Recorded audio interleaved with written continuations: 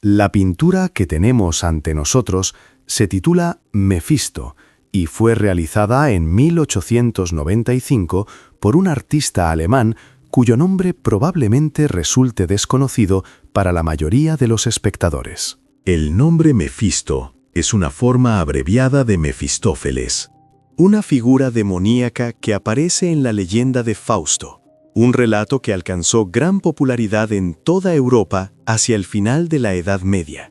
Sin embargo, lo que resulta verdaderamente interesante de esta pintura no es esa referencia literaria, sino la manera en que el artista decidió representar a este demonio. Estamos acostumbrados a imaginar a los demonios como seres monstruosos, provistos de cuernos, alas o rostros grotescamente deformados. Sin embargo, en esta imagen no aparece ninguno de esos rasgos habituales. En su lugar, el demonio adopta la figura de un hombre anciano, elegantemente vestido con un traje rojo y ligeramente inclinado hacia el espectador, con una expresión difícil de interpretar. Sonríe, aunque aún no sabemos con certeza por qué. Más que parecer una criatura del infierno, este Mefisto resulta inquietantemente humano, como alguien con quien podrías cruzarte fácilmente en la calle, o incluso alguien que podría acercarse a ti con la intención de entablar amistad.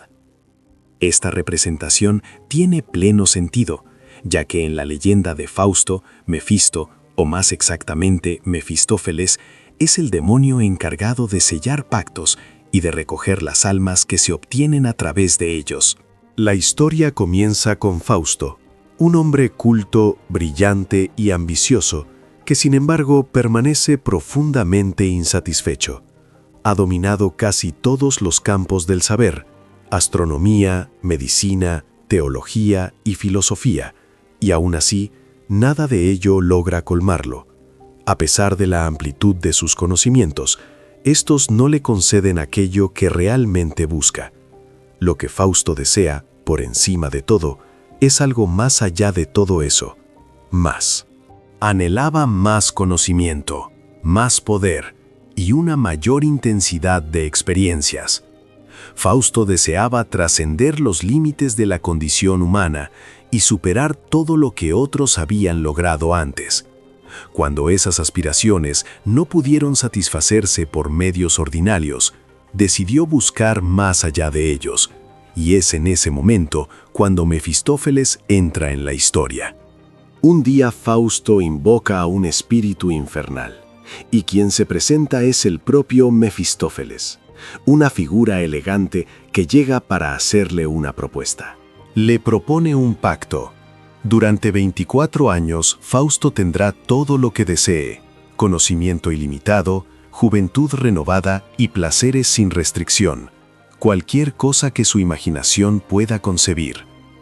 A cambio, cuando hayan pasado esos 24 años, su alma ya no le pertenecerá. Y Fausto acepta el acuerdo. Este acuerdo, que más tarde sería conocido como el Pacto Fáustico, se convirtió en una de las ideas más influyentes y perdurables de la literatura occidental. Apareció por primera vez en un popular texto alemán a finales del siglo XVI, aunque con el paso del tiempo, la historia fue adquiriendo una mayor complejidad. En 1592, el dramaturgo inglés Christopher Marlowe reinterpretó a Fausto como una figura trágica, desgarrada entre el deseo y la culpa. Y en 1808, Johann Wolfgang von Goethe elevó la historia a un nivel completamente nuevo. En su versión, Fausto ya no busca simples placeres terrenales, sino el propio sentido de la existencia, convirtiéndose en un símbolo del hombre moderno que arriesga todo en la búsqueda de un propósito que otorgue a la vida un verdadero significado. En este punto conviene aclarar una distinción importante. Mefistófeles no es Lucifer. Más bien actúa como un intermediario, una especie de mensajero que obra en nombre de fuerzas más oscuras. Su poder reside en la forma en que se presenta. No es violento ni coercitivo y tampoco inspira miedo. Por el contrario, resulta persuasivo y sereno, hablando con una racionalidad casi tranquila, como si comprendiera los deseos humanos y supiera exactamente cómo satisfacerlos. Y precisamente ese es su papel dentro de la historia. Su propósito no es obligar, sino presentar una posibilidad, colocar el contrato sobre la mesa y dejar que la decisión sea tuya. Porque, en el fondo, esta historia no trata únicamente de vender el alma, sino del precio que uno está dispuesto a pagar para obtener aquello que más desea. Hasta ahora no lo habíamos mencionado, pero el artista que representó a Mefisto de esta manera fue Edward von Grützner, un pintor alemán del siglo XIX. Sin embargo, estuvo lejos de ser el primero en imaginar a este personaje. Con el paso del tiempo, numerosos artistas intentaron plasmar la figura de Mefistófeles en sus obras, cada uno desde una perspectiva diferente. Uno de los ejemplos más conocidos es la pintura de Friedrich Moritz August Retzsch, que ya hemos analizado anteriormente en este canal. En ella vemos a Fausto y a Mefisto jugando una partida de ajedrez. El tablero simboliza el alma de Fausto, mientras que Mefisto, tranquilo y seguro de sí mismo, mueve las piezas como si supiera de antemano que obtendrá la victoria.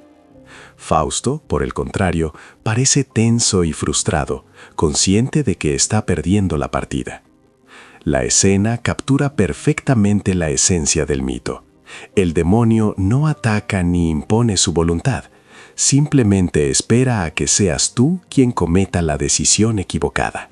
Existen también otras representaciones en las que Mefistófeles aparece como una presencia mucho más oscura.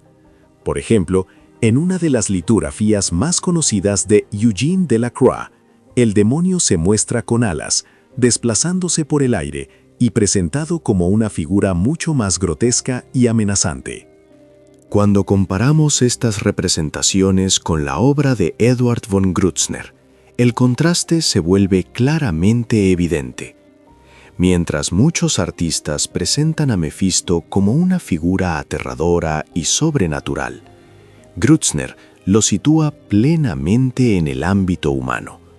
Le concede un cuerpo tangible, una edad definida y una personalidad propia, transformando al demonio en un personaje que resulta sorprendentemente real.